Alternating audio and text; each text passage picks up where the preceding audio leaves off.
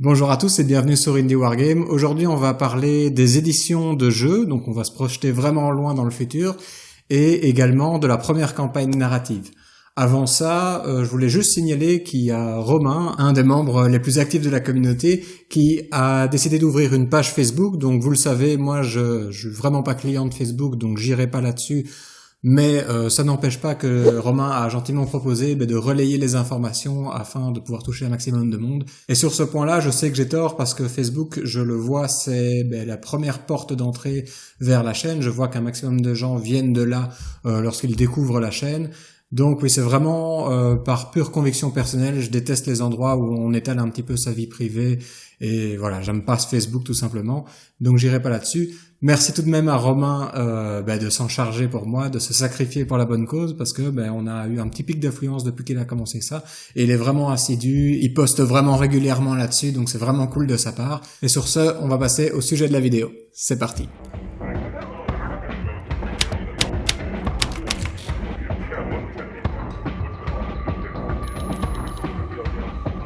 Donc aujourd'hui, je vais commencer par vraiment me projeter très très loin dans le futur. C'est quelque chose que j'aime bien faire, imaginer vraiment où peut arriver le jeu, parce que ça permet de s'imaginer un petit peu l'avenir, d'avoir des objectifs en tête, de placer la barre vraiment très très haut. Et pour ça, moi j'ai imaginé déjà le système d'édition de jeu, c'est-à-dire qu'est-ce qu'on va faire une fois qu'on aura toutes les factions complètes, les 8 factions. Je me suis concentré sur le 8 pour le prononcer à la française et je suis pas sûr d'y être arrivé. Pourquoi c'est important pour moi? Tout simplement parce que dans les différents wargames, je trouve que c'est toujours un petit peu frustrant de passer d'une édition à l'autre et d'avoir souvent toute une partie de son armée, voire toute son armée invalidée parce qu'elle n'est plus du tout aussi forte, parce que les règles ne nous plaisent plus. Parce qu'il y a de nouvelles unités qui sont meilleures, enfin bref, souvent il y a une nouvelle édition de jeu, ça signifie qu'il faut racheter beaucoup de figurines, que tout est à revoir, et on teste de nouveaux systèmes qui parfois ne sont pas très heureux, ensuite on revient à d'autres éditions de jeu, bref c'est toujours un petit peu chaotique, et j'aimerais bien un petit peu plus de constance pour Warband, et c'est pour ça que j'aimerais m'inspirer tout simplement du système des cartes Magic, où ils ont un système de format par rotation d'édition. C'est-à-dire que les cartes jouables, dans un même format, ne sont pas composées d'une édition de jeu, mais de 3 éditions. C'est ce que j'aimerais faire pour Warband. Forcément, il s'agit de peindre des figurines, donc les rotations ne seront pas aussi rapides.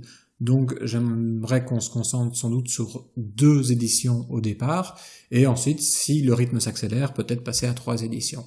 Qu'est-ce que ça veut dire concrètement? Ça veut dire simplement que lorsqu'on aura les 80 personnages qui forment la première édition, on va passer à une deuxième édition de jeu avec des nouvelles petites règles qui vont s'ajouter, certainement d'autres types de personnages, peut-être des leaders jouables, peut-être des règles au niveau des étages pour le plateau de jeu. On va vraiment essayer d'améliorer le jeu, mais toutes les figurines de la première édition resteront jouables jusqu'à la fin de la deuxième édition. Une fois que la deuxième édition sera achevée, on passera à la troisième édition et seulement là, la première édition sera invalidée, les premières figurines ne seront plus jouables, en tout cas dans le format. Vous pourrez toujours bien sûr jouer avec toutes les figurines que vous voulez si vous voulez jouer avec toute la gamme, mais les figurines de la première édition seront hors format. Ce que ça permet en fait pour le joueur, c'est que ça se permet de se préparer un petit peu à la sortie de ces figurines, d'avoir encore toute une édition de jeu pour profiter de ses troupes préférées, et petit à petit ils vont pouvoir comme ça se faire à l'idée de tout doucement changer leur warband par une autre ou par faire des modifications sans qu'il y ait une transition ultra brutale où il faut tout d'un coup racheter une warband complète, repeindre tout, ce qui peut être assez frustrant. Par contre, quand on passe d'une édition à l'autre, ça ne veut pas dire que à chaque fois il y aura 80 nouvelles figurines. Il peut très bien y avoir des figurines, des personnages qui vont être reprises d'une édition à l'autre. Par exemple, notre bon cop, si ça se trouve, dans la deuxième édition, il aura une nouvelle version qui sera peut-être la même, qui sera peut-être un peu différente, et vous pourrez peut-être donc jouer un cop de l'un ou de l'autre. Vous pourrez toujours, selon les règles, avoir qu'un seul personnage avec le même nom, donc vous ne pouvez pas jouer 2 formations de cop avec les 2 éditions, mais vous pourrez peut-être choisir celui de la première édition ou de la deuxième édition s'il y a une petite règle qui change, une petite stat qui change, qui vous plaît plus. Mais en tout cas, il y aura des personnages comme ça qui, d'édition en édition, vont peut-être être repris. Sans doute les plus populaires, si les gens ont envie encore de voir leur renard, parce que c'est vraiment un personnage qu'ils adorent d'édition en édition, il sera peut-être repris plusieurs éditions à la suite. Voilà, ça c'est donc pour les éditions de jeu, c'est le système que j'ai en tête. Je sais que c'est assez loin, parce qu'on est... Le spot. Voilà, ça c'est donc pour les éditions de jeux. Je sais que c'est vraiment assez loin dans l'avenir parce que pour l'instant on n'en est qu'au 3e personnage. On a encore vraiment beaucoup de travail avant d'arriver à la fin de la première édition. Mais voilà, c'est un petit système que j'ai en tête depuis le début et je trouvais ça assez cool de le partager avec vous. On va maintenant revenir un peu plus proche de notre présent, mais toujours à l'avenir. Et vraiment, ce sera pour, j'espère, quand la pandémie sera finie, en tout cas, ça d'office, mais ce sera lorsqu'on aura les 2 premières factions. Qu'est-ce que j'ai prévu pour ce moment-là? C'est la première campagne narrative. Cette première campagne narrative, elle aura donc place uniquement entre les raiders et la caravane, tout simplement parce que ce seront les seules figurines qui seront sorties pour l'instant. Mais voilà, ce que j'ai envie de montrer avec cette première campagne narrative, c'est que malgré le fait que le format de Warband soit dans un cadre assez compétitif, moi ce que j'aime avant tout c'est raconter des histoires et les campagnes qui vont s'articuler autour de ce jeu vont être très narratives. Dans cette première campagne narrative, ce que j'ai envie de montrer, c'est que des gros événements majeurs peuvent se produire et qui sont hors de mon contrôle, mais qui sont entre vos mains. Donc sur le monde de Warband, sur Home, il y avait 8 arches. Pourquoi 8 à chaque fois? Je me facilite pas la vie à chaque fois prendre ce chiffre-là, vu que je suis belge et que ça doit à chaque fois vous faire marrer. Mais bon. Il y a donc 8 arches. Chaud. Sur le monde de Warband, donc sur Home, il y a donc 8 arches. Parmi celles-ci, il y en a 2 qui sont déjà hors circuit, c'est-à-dire il y en a une qui a été abattue par les personnes qui forment maintenant le refuge, et il y en a une deuxième qui s'est déjà crashée. Cette dernière arche, elle manquait de carburant, c'était l'arche la moins riche, elle a dû se poser, elle s'est fait assaillir par des raiders pendant des mois, ça a été un combat assez épique, mais elle n'a pas survécu. Il n'y a donc plus que 6 arches qui sont encore en fonction.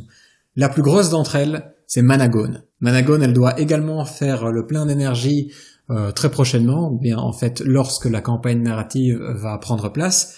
Et malheureusement pour ça, il y a des informations qui ont fuité. Il y a toujours des convoyeurs qui sont une espèce de sous-faction à moitié de la caravane, à moitié raider, qui a été inventée par Thomas.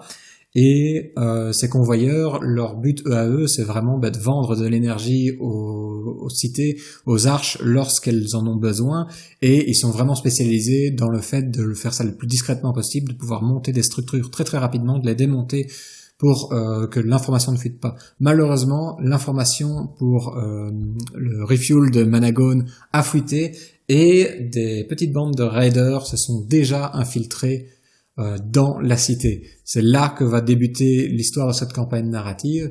Et pourquoi je veux montrer que ça aura un impact, c'est parce que la survie de Managone n'est absolument pas définie au début. On va vraiment jouer la survie de cette arche lors de cette campagne narrative, donc à la fin du financement de la première faction.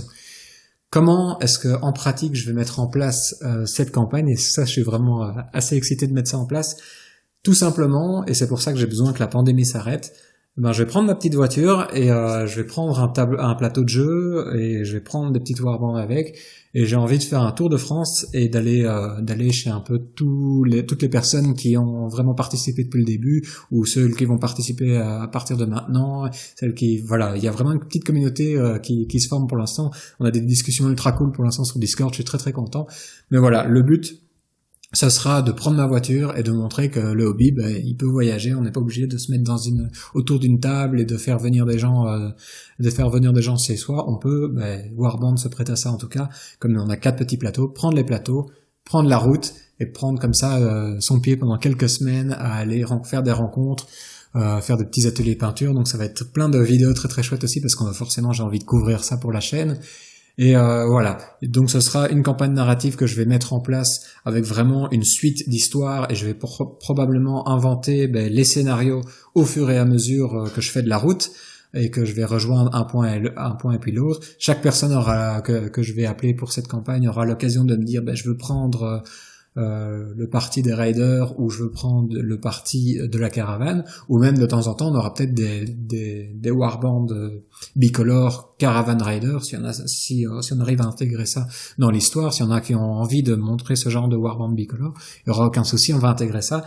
Mais vraiment, on va débuter avec une petite bande de raiders qui ont réussi à s'infiltrer dans les entrepôts de la partie la moins riche de la ville, le Getz, et qui va comme ça essayer petit à petit de saboter la ville ville pour la faire se cracher et faire une nouvelle base, peut-être Raider, pour simplement faire le plus gros pillage, le deuxième plus gros pillage de l'histoire, non le plus gros vu que c'est la plus grosse ville.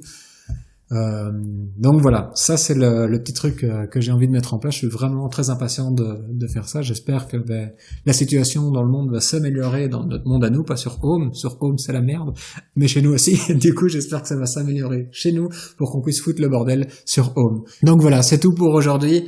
Je suis très très impatient de pouvoir mettre tout ça en place. Très impatient de voir les prochaines figurines sortir aussi. Je sais qu'il y en a beaucoup qui attendent le splatter.